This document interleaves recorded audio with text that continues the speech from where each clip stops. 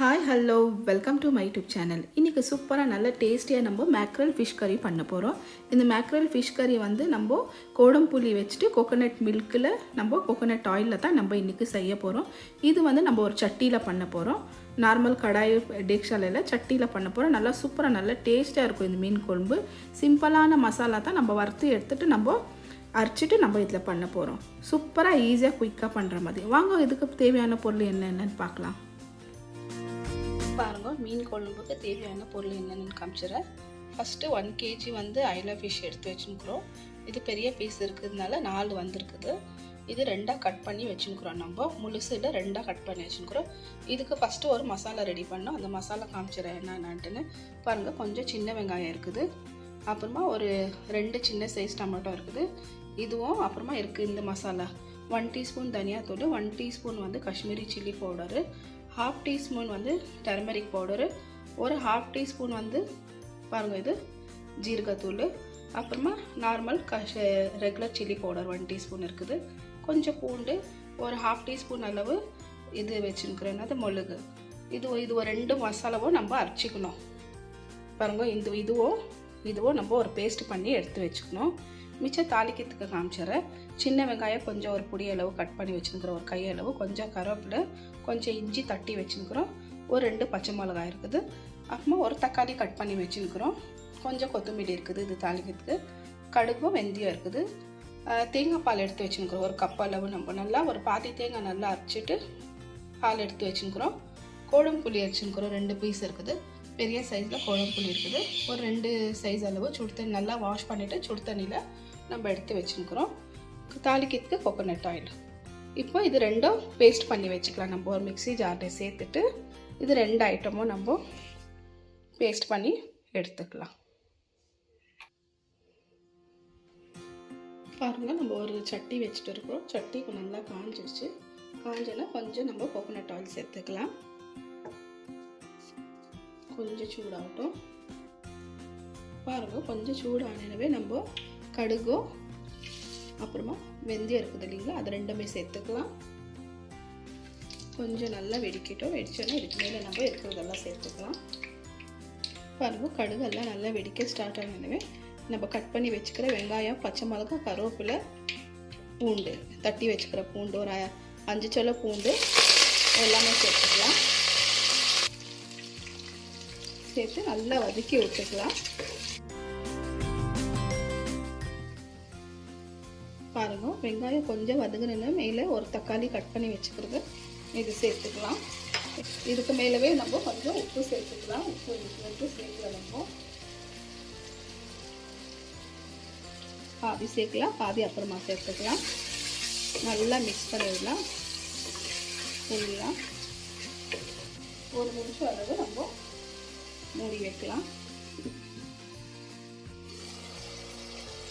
பாருங்கள், ஒரு 2 நிமிஷம் நல்லா நம்ம வச்சுட்டோம். கொஞ்சம் தக்காளி நல்லா மெதுவாகிடுச்சு.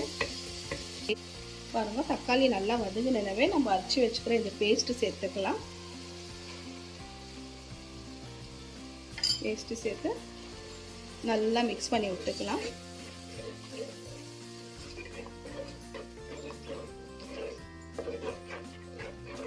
எப்போவுமே நம்ம தக்காளி அரைச்சி போடுவோம் ஃபுல்லாமே. இது கொஞ்சம் நம்ம பாதி அரைச்சி மசாலா எல்லாமே சேர்த்து அதில் அரைச்சிட்டு பாதி இதில் சேர்த்துருக்குறோம். அப்படியே கட் பண்ணி பாதி அரைச்சி சேர்த்துக்கிறோம். அப்புறமா பொடியெல்லாம் கூட நம்ம அரைச்சி சேர்த்துருக்குறோம். கொஞ்சம் வித்தியாசம் இருக்கும். கொஞ்சம் மிளகு கூட சேர்த்துருக்குறோம், ஜீரகத்தூள் எல்லாம். நல்லா இது கொஞ்சம் பச்சை வாசனை போகிற அளவு நல்லா வதக்கிக்கலாம். கொஞ்சம் தண்ணி சேர்த்துக்கலாம். இதில் சேர்த்து கொஞ்சம் நல்லா மூடி வைக்கலாம். இது நல்லா எண்ணெய் பிரிஞ்சு வர வரைக்கும்.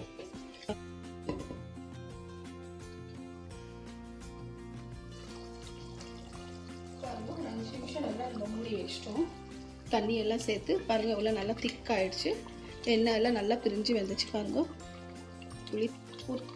புளி தண்ணி இருக்குது. கோடம்புளி வச்சுக்கிறேன். இந்த புளி தண்ணி இதில் சேர்த்துக்கலாம். அப்படியே புளியோட நல்லா மிக்ஸ் பண்ணி விட்டுக்கலாம். இதுக்கு மேலே நம்ம தேங்காய் பால் இருக்குது இல்லைங்களா, அது கூட சேர்த்துக்கலாம். பாருங்கள், ஒரு கப் அளவு தேங்காய் பால் எடுத்துருக்கோம். நம்ம இது கூடவே நம்ம கொஞ்சம் தண்ணி சேர்த்து மிக்ஸ் பண்ணி விட்டுக்கலாம்.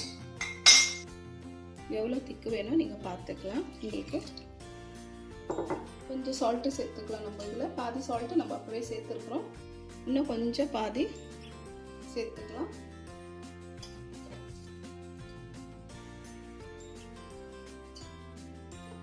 சேர்த்து மிக்ஸ் பண்ணி மூடி வச்சிடலாம். நல்லா கொதி வரட்டும். கொதி வந்தோன்னா நம்ம இதில் ஃபிஷ்ஷு சேர்த்துக்கலாம்.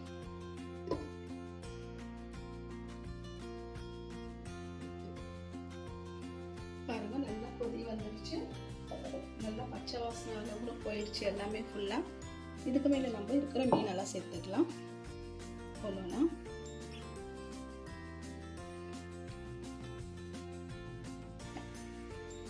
பாருங்க, கொஞ்சம் எல்லாமே கொஞ்சம் உள்ள விட பண்ணி கொஞ்சம் சைடு பண்ணிவிட்டு உள்ள எல்லாமே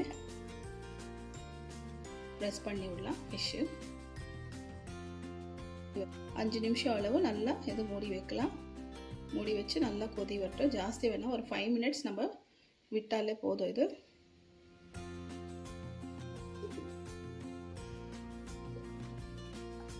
பாருங்க, நம்ம ஒரு 5 மினிட்ஸ் நல்லா விட்டுட்டோம். மீன் சேர்த்து